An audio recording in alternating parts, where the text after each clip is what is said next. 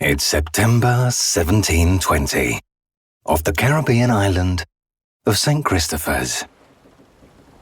The Bristol merchant ship Mary and Martha bobs peacefully in the calm coastal waters. Bridstock Weaver, the chief mate, stands next to his captain, Thomas Wilcox, as they hail the two vessels anchored ahead of them. A ship and a sloop, both flying English colours. "Ahoy!" comes the reply.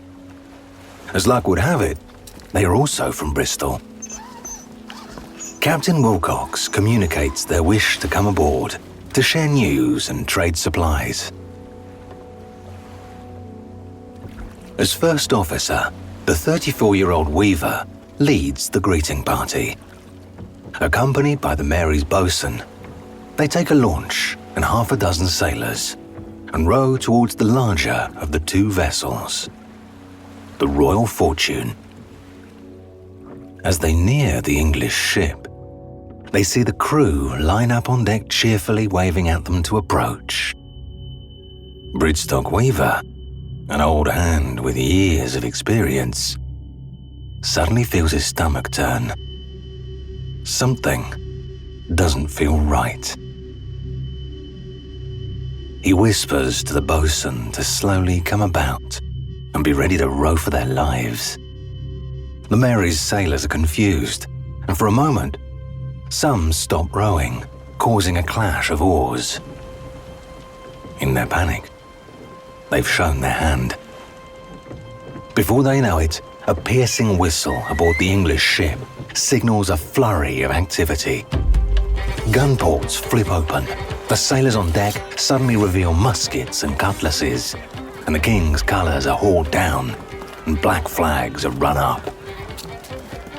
Weaver and the sailors scramble with their oars to get away, but they are brought to a halt by a warning shot piercing the water next to them.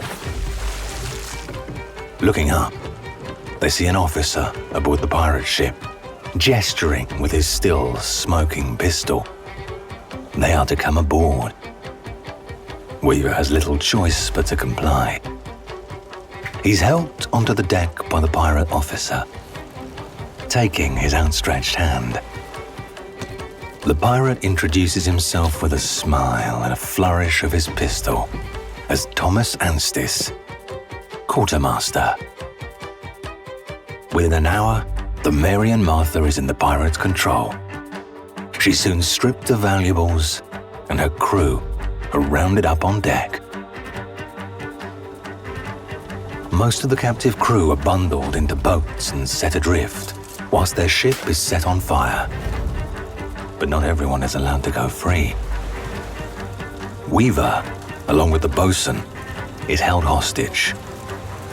As they sail away aboard the pirate ship, the two men watch as their own vessel is consumed by fire and smoke. Lost forever, along with the lives they had known.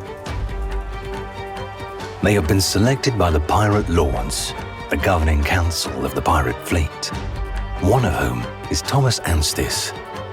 He explains that skilled sailors like them are hard to come by, and their talents are needed by the company. Next, they are hauled in front of the pirate commodore, Bartholomew Roberts. Roberts is a dark and brooding figure with a foul temper. He snarls and makes their situation clear.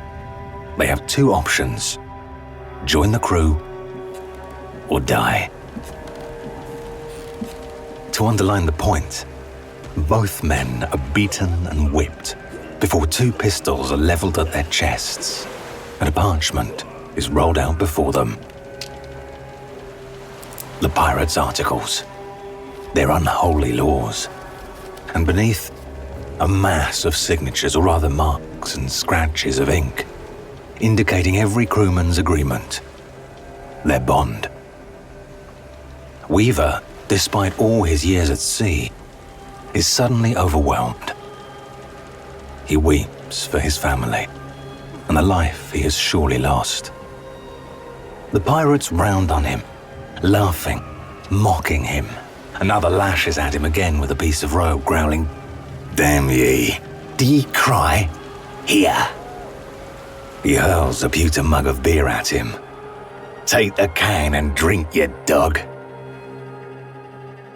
Weaver thinks of the shame. He thinks of his sweet sisters, and then considers the fate that awaits him should he refuse. He takes up the quill in his shaking hand and signs his name.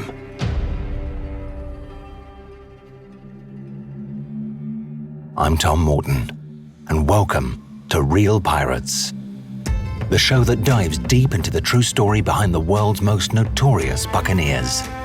Join us as we set sail under the Black Flag, alongside such legendary figures as Blackbeard, Henry Morgan, Charles Vane, Anne Bonny, and Mary Read. We'll reveal how these marauding mariners rose to dominate the seven seas, the terror tactics they employed to overpower their prey, and what life was really like aboard their ships. Their reputations have swollen to legendary proportions, making it hard to separate fact from fiction. Who were they? Terrorists or freedom fighters? Cold-blooded killers or heroic underdogs? As it turns out, the truth is far stranger than fiction.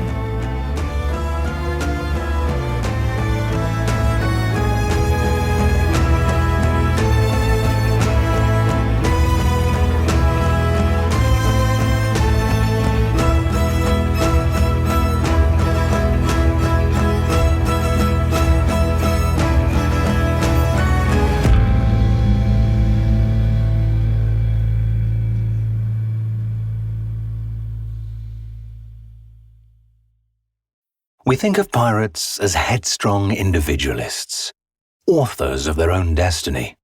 And some were. In particular, the famous swashbuckling captains of legend. But the truth is more complex. A great many Golden Age pirates were just men caught up in things outside of their control, as the story of Bridstock Weaver illustrates. Despite the mass of conflicting evidence and contradictory testimony, this is the best guess of what really happened to a young man from the West Country between 1721 and 1725. A shocking, twisting tale of duty, betrayal, and above all else, the will to survive. Bridstock Weaver was born in the southwest of England in 1686 in the rural market town of Hereford. Once known for its thriving trade in fine wool, by the mid-17th century, the economy is in ruins and its inhabitants are desperately poor. Not much is known about the young Bridstock, but the name Weaver suggests he's a descendant of the once prosperous class of cloth workers. Born to Elizabeth and Edmund Weaver, their large family live in relative comfort in their country estate in Herefordshire, avoiding the worst of the poverty that blights the region. But the family's position is still precarious. Bridstock is the second youngest of 11 children. Growing up, it's made clear he'll have to provide for himself. According to some accounts, there is also disagreement within the family, a quarrel, and as a result, sometime in the early 1700s, still a young man, Bridstock Weaver is sent to sea, and it seems he embarks on a life that suits him. Dr. Manashag Powell is a cultural historian and an authority on pirates. He must have been a good navigator and able to manage the sailing of a ship, which is a very complicated operation. To have been a navigator, he would have had to be, in some respects, quite educated. He would have had to study for years. He would have had probably quite decent mathematical abilities because, navigation at this point in time, a lot of it is celestial and working from observations and doing trigonometry. So in some respects would have been studious, hardworking, probably quite intelligent, and would have had to be able to manage complicated organizational issues, understanding the wind, understanding men's personalities, how to keep things moving. So probably, somebody that we'd consider like a very capable professional. a journeyman at his trade. In 1720, at the age of 34, Weaver is a respected seaman and a senior officer aboard the merchant ship Mary and Martha, about to make their return voyage from St. Christopher's to Britain. He writes regularly to his mother and siblings in Herefordshire. His elderly father Edmund is gravely ill and facing death. Bridstock is unmarried and childless, but is a dutiful son and brother. So one can only imagine his distress when his ship is boarded by pirates, and he's forced at gunpoint to join their gang. While it's true that practically everybody who was tried for piracy claimed to have been forced, it was the case for a fair number of people that they really had been forced, and some later adapted to the life, but it was certainly a traumatic event for a lot of the men. So to some degree, the pirates themselves must have been quite hardened to seeing these men weeping and struggling and refusing, because this had become sort of a normal practice. So this is probably what's happening with Weaver, is they want him, they know he doesn't want to be there, but they've made up their minds, and they believe, based on what they've been living, that they can overcome his resistance. And so they're sort of ignoring his deep unwillingness to be there. For him, of course, this has to have been totally devastating. So of course he doesn't want to sign. On the other hand, life is sweet and there's multiple guns pointed at his head. So he's going to sign. For the next 7 months, Bart Roberts' pirate fleet goes from strength to strength. They capture larger vessels and expand the fleet. Soon it consists of several ships. The New Providence is accompanied by the Royal Fortune and a newly captured brigantine, the Good Fortune. Weaver serves aboard the Good Fortune as pilot and navigator, under the command of Thomas Anstis, who is master of the vessel.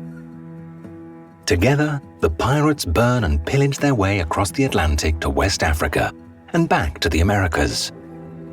But as the pirate fleet expands, so does the size of the crew. There are over 200 men, many of them forced aboard like Bridstock. And all's not well within Roberts' growing ranks. By the spring of 1721, cracks are showing. Having already suffered one mutiny at the hands of Walter Kennedy, Roberts becomes more and more despotic.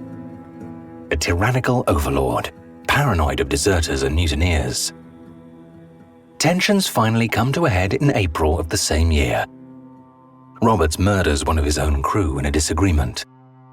The crewman in question was drunk and foolish, but he happens to be a good friend of another pirate, a large, sober man called Thomas Jones. Jones is outraged and challenges Roberts in front of the crew. Roberts, not a man to be questioned, draws his cutlass and lunges for him. Although badly wounded, Jones manages to throw Roberts over a gunwale and beats him handsomely before eventually being hauled away. The crew is split, but eventually a vote is held, and the company decides that Thomas Jones should be disciplined by way of a public lashing by the whole crew. No doubt Bridstock Weaver watches on.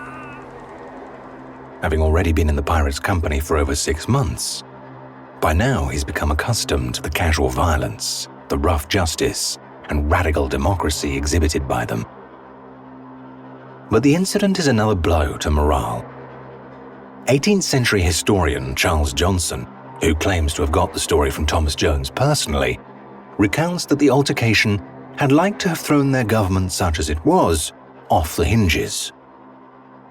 A schism is forming, and the company will inevitably separate. On the 18th of April 1721, Bridstock Weaver aboard the brigantine Good Fortune watches Jones and a band of pirates row over from Roberts' flagship.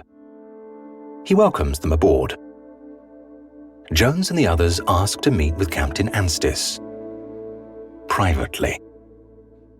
Eventually, the group emerges, and the crew holds a vote to decide their future. They vote to split with Roberts and go their own way. A little after midnight, the Good Fortune dims its lights and sails off into the darkness. bidding Roberts and his tyranny a soft farewell, as the pirates say. At least, that's the version we get from pirate historian Charles Johnson. Johnson's version of Anstis is one of the more heavily revised versions between the first and subsequent editions. So he's clearly struggling with everything we're struggling with, trying to get the sources straight, knowing that there are discrepancies. And one of his main sources is clearly Thomas Jones. And actually, it's in the sort of second and subsequent editions that more Jones is incorporated into what he's writing. So we're pretty certain that Johnson's A, making some stuff up, but B, where he's not, is relying on Jones. And the problem is, how much do we trust Jones? I don't know that we trust him all that far. So the story of how all of these pirate chiefs break away from Robert's company as sort of instigated by this incident with Jones is fantastic. I mean, it's like right out of a movie. And it's probably coming from Jones. And so that's a little bit of a problem. So what's really interesting about this story is that whether or not it happened exactly the way Jones was like us to think it happened, probably not. It does show that disagreements were a problem for pirates, that they had ways of settling them, that they expected certain protocols to be followed, but also that even when you've got what you might think to be like sort of a simmering blood feud going on, they had a peaceful way to resolve that too, which is that the angry people just go away and do their own thing.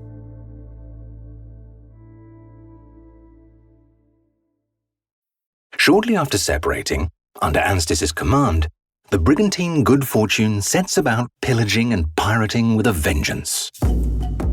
Anstis is, by all accounts, a more reasonable commander than Roberts. He takes decisions collectively, and the Pirate Council meets and votes on any disagreements. They soon lay down their own set of pirate articles that will dictate the laws that govern them. Like most pirate codes, they cover compensation for injuries, ban gambling, punish thievery, and outline the chain of command. But a few articles seem to be specifically informed by their own recent experiences with Roberts. More egalitarian than most, the booty is to be split evenly, regardless of rank. The company can be dissolved with a unanimous vote, and any pirate can leave the company with their crewmate's blessing. Although any deserters would be punished by a collective ruling, all are able to seek a pardon and retire from piracy should the opportunity arise. From the outset, it seems Anstis's pirate company has got one eye on the future, knowing the pirate life won't last forever. But according to Johnson, what the articles say on paper and what is actually practiced may not be one and the same. So Johnson makes a remark that he doesn't understand why pirates whose entire careers are premised on breaking rules think that having rules is going to work. And definitely we get the sense that some rules are more honored in the breach than otherwise. Like almost every ship has a prohibition on gambling. This is because pirates are terrible gamblers and gamble constantly. Also, men are not allowed to be drunk on board deck. Well, we know that happens a lot too. So a lot of these rules are not adhered to very closely. Their articles are soon put to the test. Johnson alleges that one of Anstis's first attacks is on an Irish ship called the Irwin. Sailing off Martinique in June 1721, the pirates viciously abuse the captain and crew, as well as the passengers. It seems the pirates are quick to violate one rule in particular. Article 9 states, if any person or persons shall go on board of a prize and meet with any gentlewoman or lady of honour, and should force them against their will to lie with them, shall suffer death. According to Johnson, a number of the pirates attack and sexually assault a female passenger, forcing the poor creature successively before throwing her overboard. Incidentally, they also injure an army colonel who attempts to stop them, and who would later report the crime. What's interesting about Johnson's very terrible intro to the career of Anstis is that he describes a gang rape and murder of a woman that a colonel tried to prevent and was not able to prevent. It's one of the few cases in Johnson's very compendious history of pirates where he notes a sexual assault against a white woman and also kind of pauses to let you think about how terrible that is. So, in fact, what these rules do is not insist that pirates respect women, but suggest that pirates are going to sexually assault women and try to localize that violence against women who are going to be unlikely to be able to bring resources to bear in revenge. So it's basically like, don't go causing trouble by assaulting somebody, high enough in the social hierarchy that she's going to be able to get a male relative to come after us, that this is going to be seen as, shocking to the public if the newspapers get hold of us and we're going to have hunters on our heels.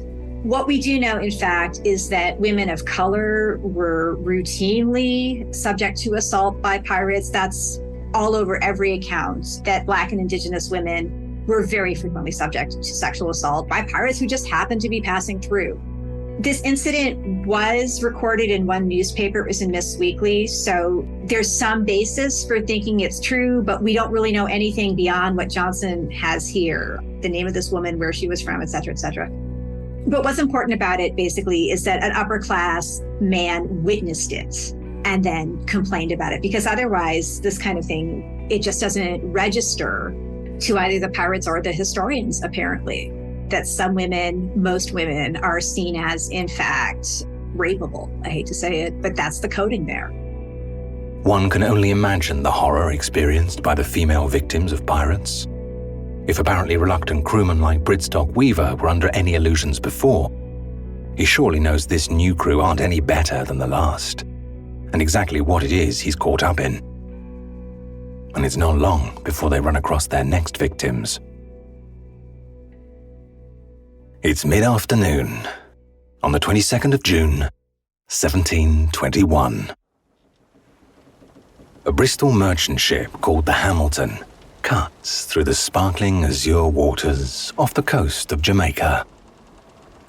Captain Joseph Smith stands at the stern, eyeglass in hand.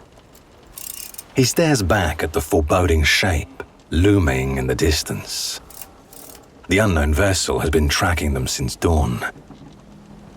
He utters a silent curse. Some hours later, their pursuers have closed the gap. He watches with grim inevitability as the black flag is hoisted aloft. Pirates. The game's up. He gives the order to strike the sails and come about. Surrender is the only option. A boat full of pirates rows over and clambers aboard. They soon take control of the vessel and steer it to a nearby island cove to plunder the Hamilton more thoroughly. Despite not carrying anything of significant value, the ordeal goes on for weeks. Under Thomas Anstis's supervision, the pirates strip the Hamilton from top to bottom. They take stores of salt beef and several barrels of expensive cider, along with sails, rigging, tools, even items of clothing. Like a pack of ravenous hounds, they snap and snarl and devour everything in sight. But one pirate stands alone. Despite clearly being an officer, he remains civil and offers sympathetic words and solace. He also makes a show of refusing to take a share in the plunder and attempts to rein in the worst excesses of his crewmates. This is Bridstock Weaver, still alive, but still reluctant, after nearly a year amongst the pirates. The pirates take on a number of the Hamilton's crew to supplement their force, including foremastman Henry Treehill, who, though terrified of his captors, also finds comfort in Weaver's company. Other witnesses will also later comment on Weaver's refusal to partake in the plundering, much to his crewmates' annoyance. Apparently, the pirates describe Weaver as a much disaffected person. He's regarded with suspicion. Eventually, Anstis releases the ransacked Hamilton back to her traumatized captain, Joseph Smith, only to come across it several weeks later in even worse condition than ever. After a month or so raiding Spanish shipping in the Bay of Honduras, the pirates beat off a Spanish guardacosta conveying a prize ship. When they board the prize vessel, they discover it is the same vessel they themselves plundered weeks previously, the Hamilton. They also discover that Captain Joseph Smith was cast adrift in a small boat some days beforehand. A short debate is had amongst the pirates on whether to go in search of the beleaguered Bristol merchant, but they think better of it. Instead, they vote to burn the Hamilton and move on, leaving the unfortunate Joseph Smith to his fate. Little could they know, Captain Smith will, against all odds, make it back to Britain, and he will one day have his revenge on them. Despite being with the pirates for the best part of a year, Weaver has so far remained stalwart in his refusal to partake in the plunder. He may have signed the pirate articles, but he knows as soon as he takes a life or takes a share of the loot, his soul is damned and his fate will be sealed. No doubt his resistance makes life hard for him aboard the ship, although it may have also won a few admirers. So what I think is likely in the case of someone like Bridstock Weaver, who had a long career, who clearly was skilled and had a lot of experience, is there probably would have been pirates that kind of took his side. There probably would have been men on the crew who, respected what he could do and tried to make his life a little less miserable. But he also probably would have been subject to a lot of fear and harassment. So it's quite possible that both things are going on. That on the one hand, he has to be careful under deck because he's getting kicked coming up the stairs and coming down, and maybe people are messing with him, messing with his food. He could be subject to beatings. But he probably also had supporters. He probably also would have found some kindness in places, because otherwise, how could he have survived at it this long? I'm sure those first few months were extremely terrible, but he has to have also somehow been able to network and to make some connections, because otherwise I don't think we can explain the rest of his career. Whether in spite of his defiance, or perhaps because of it, Bridstock Weaver slowly gains the respect of his fellows. In the coming months, he becomes the first mate and eventually steering master of the Good Fortune, effectively becoming Thomas Anstis's head of ship operations. Through late summer and into autumn 1721, they pillage English, French, and Spanish shipping alike, all across the Caribbean. In November, sailing off Bermuda, they seize a large Dutch merchant ship en route from West Africa to Carolina, called the Morning Star. Thomas Anstis gives the order for them to sail to a local safe haven to refit the captured vessel. This is where things will change for the reluctant pirate Bridstock Weaver. Once anchored, they arm the prize ship with 32 pieces of cannon and over 100 men.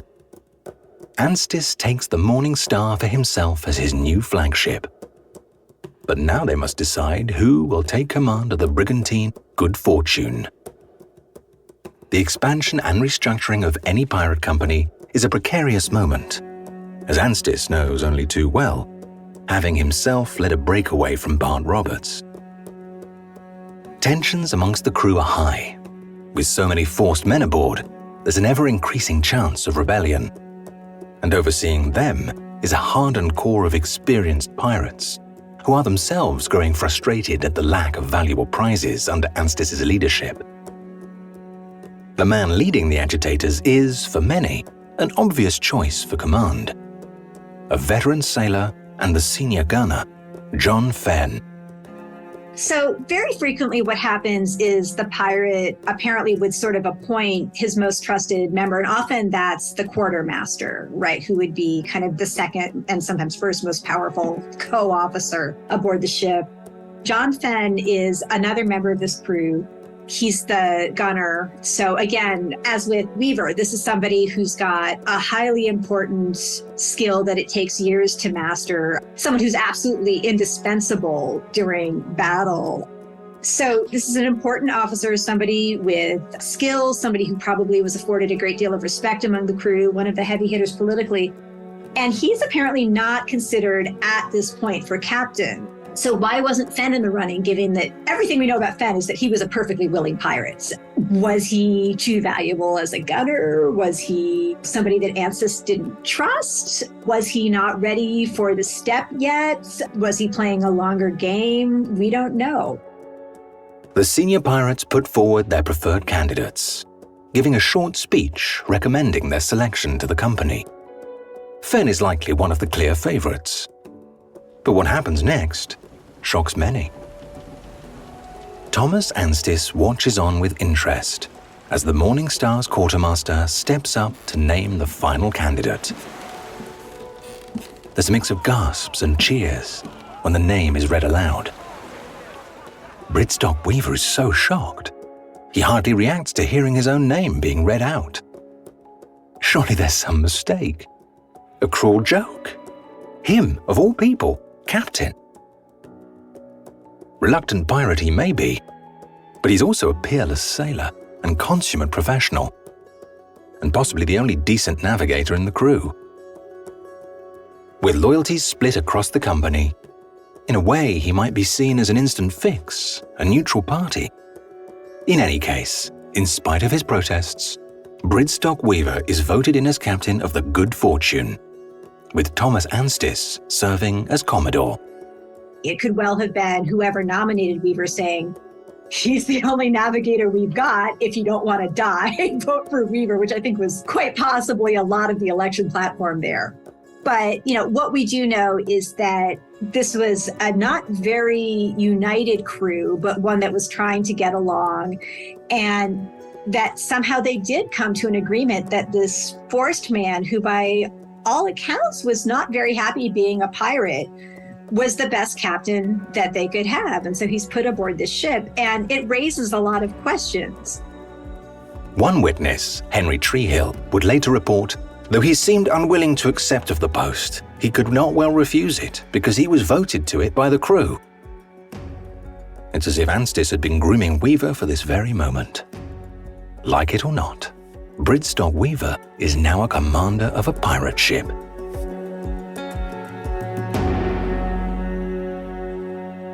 It's impossible to know what Weaver feels at this moment, but one thing is clear. He can no longer simply remain in the background, an innocent bystander to the crimes of this pirate company. For over a year, he's been successful in walking a careful line, distancing himself from the worst offenses, whilst avoiding making too many enemies amongst the crew. Perhaps he has done too good a job. He has also lost any chance to escape unnoticed. Now, as captain, his every move will be scrutinized. Every decision will be questioned. And should he fail his crew, well, he knows what they're capable of. Once again, he's faced with a life or death decision. All he can do is try and navigate the course laid out for him. Next time on Real Pirates. The reluctant pirate Bridstock Weaver must now navigate a new course as captain of the Good Fortune. And tasked with managing a growing crew whose desires are split between raiding, rebelling, and retiring, he's going to need all the good fortune he can find. Faced with difficult decisions, can he continue to walk the line between survival and damnation? Find out next time on Real Pirates.